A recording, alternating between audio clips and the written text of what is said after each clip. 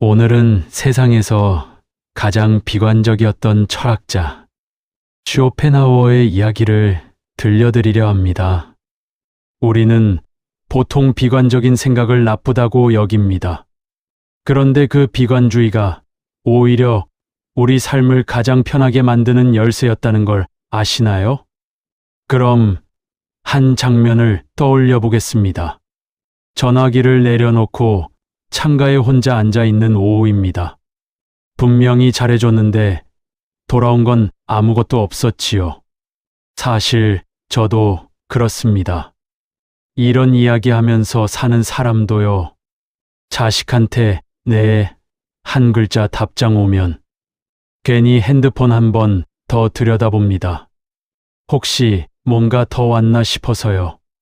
우리 다 비슷하지 않습니까? 그런데 혹시 이런 생각 해보신 적 있으세요? 내가 너무 좋게만 생각했던 건 아닐까? 나쁜 생각을 일부러 하면 오히려 인생이 편해진다고 합니다.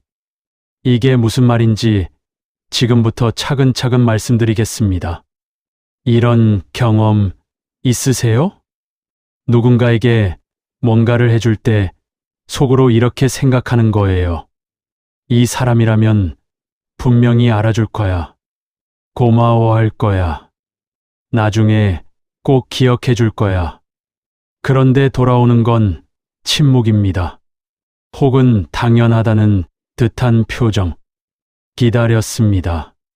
계속 기다렸습니다. 그런데 끝내 오지 않았습니다. 그 순간 억울함이 올라오지요. 배신감도요. 그런데요. 쇼펜하우어는 말했습니다. 기대는 모든 고통의 어머니다. 그는 평생 이것 하나를 붙잡고 살았습니다. 사람은 무언가를 기대하는 순간부터 이미 상처받을 준비를 마쳤다는 것. 그럼 기대하지 않으면 되는 거 아닐까요? 맞습니다. 그런데 문제는 우리가 기대한다는 사실 자체를 모른다는 겁니다. 이게 진짜 문제입니다. 혹시 지금 이 부분에서 마음이 조금 찔리셨나요? 그렇다면 지금부터가 더 중요합니다. 69세 박 씨 이야기입니다. 30년 넘게 회사를 다녔습니다. 한 번도 빠진 적 없었어요. 야근도 했고 주말도 나왔습니다. 후배들도 챙겼습니다. 그런데 퇴직하는 날 작은 케이크 하나가 전부였습니다. 집에 돌아오는 택시 안에서요. 기사님이 어디까지 가세요? 묻는데 한 번에 대답을 못했답니다. 목이 꽉 막혀서요. 괜히 창밖만 보게 되더랍니다. 억울하지 않았냐고요? 억울했습니다. 한없이.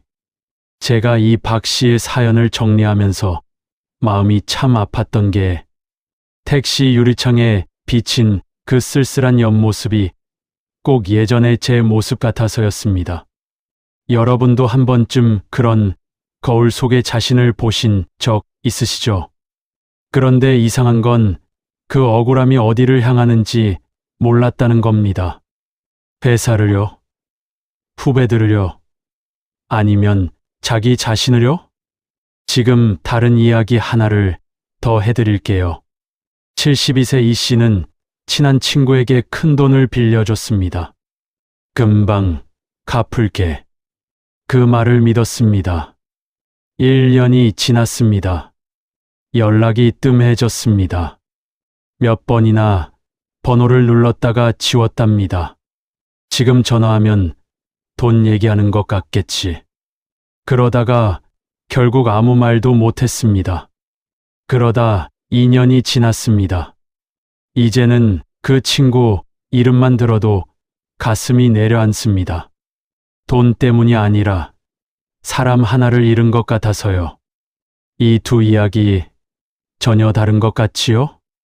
그런데 결국은 같은 자리에서 출발한 이야기입니다. 박 씨는 회사가 자기를 기억해 줄 거라고 믿었습니다. 이 씨는 친구가 당연히 약속을 지킬 거라고 믿었습니다. 믿음이 문제가 아닙니다. 그 믿음 뒤에 아무 준비 없이 그냥 기다리고만 있었던 게 문제였습니다. 쇼펜하우어는 말했습니다. 인간은 원래 자기 이익 앞에서 망각하도록 설계되어 있다. 냉정하게 들리지요. 그런데 이게 나쁜 사람 얘기가 아닙니다. 나를 포함한 모든 사람 얘기입니다. 그렇다면 어떻게 해야 할까요? 해결책이 없는 이야기를 왜 꺼냈을까요?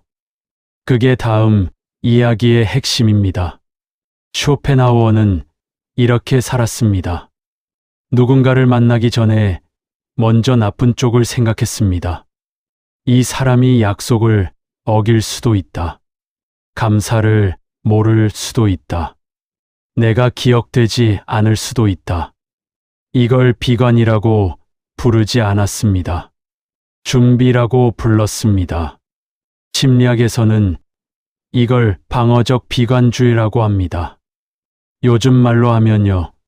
미리 실망해보는 연습 같은 겁니다.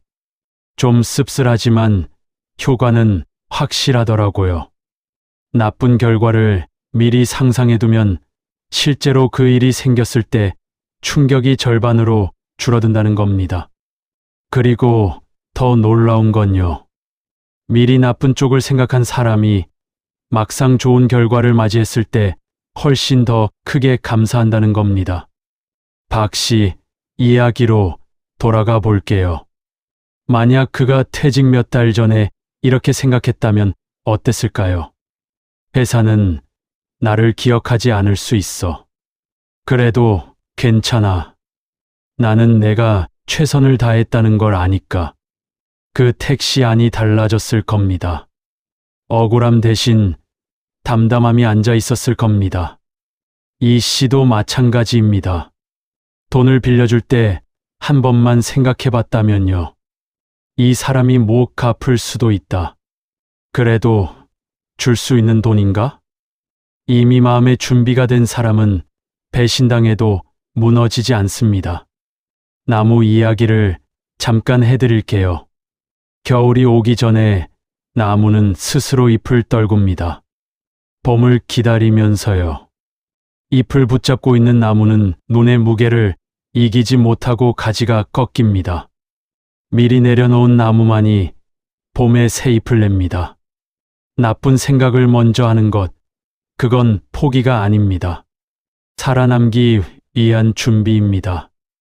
인생 후반, 진정한 품위는 상처받지 않는 사람이 아닙니다. 상처를 미리 알고 흔들리지 않는 사람에게서 나옵니다. 오늘의 이야기 한마디로 정리하면 이겁니다. 최악을 먼저 생각하는 사람이 가장 단단하게 삽니다. 말은 참 쉽지만 참 서글픈 말이기도 하죠. 어떻게 인생을 매번 나쁜 것만 생각하며 살겠어요. 오늘은 너무 잘하려고 애쓰지 마시고요. 그냥 이 말 한 번만 해보셨으면 좋겠습니다. 안 되면 말지 뭐. 이 말이요. 생각보다 사람을 많이 살립니다. 내 마음, 그거 하나는 지켜야 하지 않겠습니까? 이 한마디가 여러분의 밤을 조금이라도 더 편안하게 해준다면 저는 참 행복할 것 같습니다. 쉽지 않은 이야기인데 끝까지 함께 해주셔서 고맙습니다. 이런 이야기가 작은 위로가 되었으면 좋겠습니다.